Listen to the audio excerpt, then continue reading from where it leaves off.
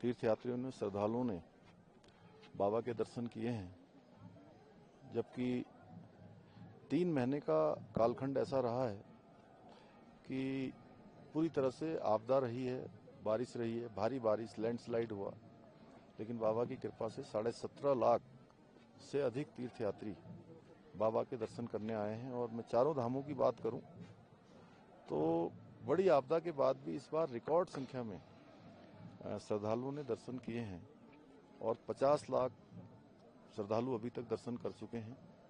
अभी भगवान बद्री विशाल की यात्रा लगभग 1 माह तक आगे चलेगी और हमारा प्रयास होगा कि ये यात्रा भी भगवान बद्री विशाल की कृपा से, बाबा केदार की कृपा से अच्छे प्रकार से संपन्न हो, सभी की यात्रा अच्छी हो, सरल हो, सुगम हो। और ये स्थल जो आप देख रहे हैं 2013 की आपदा में बहुत बुरी तरह से ये क्षतिग्रस्त हो गया था, काफी नुकसान इस परिसर का हो गया था, आसपास के क्षेत्रों का हो गया था। हमारे प्रधानमंत्री आदरणीय नरेंद्र मोदी जी के नेतृत्व में, उनके मार्गदर्शन में यहाँ पर नवनिर्माण और पुनर्निर्माण का कार्य चल रहा है। चूंकि 6 माह अत्यंत यहाँ कठिन होते हैं काम करना, लेकिन उसके बावजूद भी नवनिर्माण पुनर्निर्माण का कार्य यहाँ पर तेजी से चल रहा है। भव्य केदार, दिव्य केदार एक नया स्वरूप यहाँ पर लेता जा रहा है। हमारा प्रयास है कि आने वाले अगले साल तक 1 वर्ष के भीतर सभी निर्माण कार्य पूरे हो जाएं और जो हमारा यहाँ का निर्माण कार्य होना है उसका सारा प्लान पहले से ही तैयार है। आदरणीय प्रधानमंत्री जी समय समय पर इसकी स्वयं भी समीक्षा करते हैं और भगवान बद्री विशाल के प्रांगण का जो नवनिर्माण और मास्टर प्लान है उस पर भी हमारे तेजी से काम चल रहा है।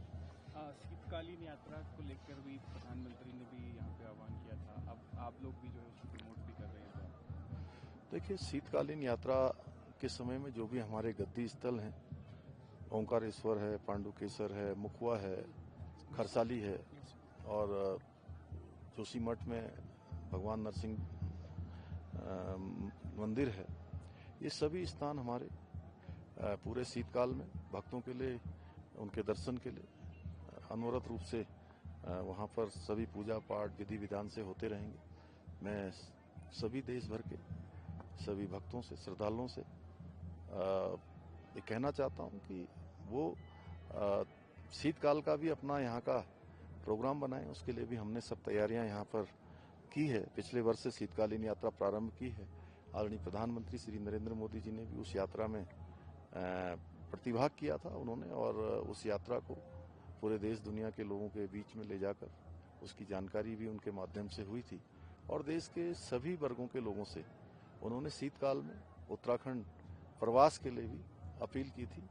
और इससे निश्चित रूप से जहां हमारे स्थानीय व्यापारियों को, कारोबार करने वालों को, छोटा होटल चलाने वाले, ढाबे वाले, अन्य जो हमारे होम स्टे वाले हैं, सभी को किसी न किसी रूप में जो काम उनका 6 माह बंद हो जाता था वो काम भी अनवरत रूप से जारी रहेगा।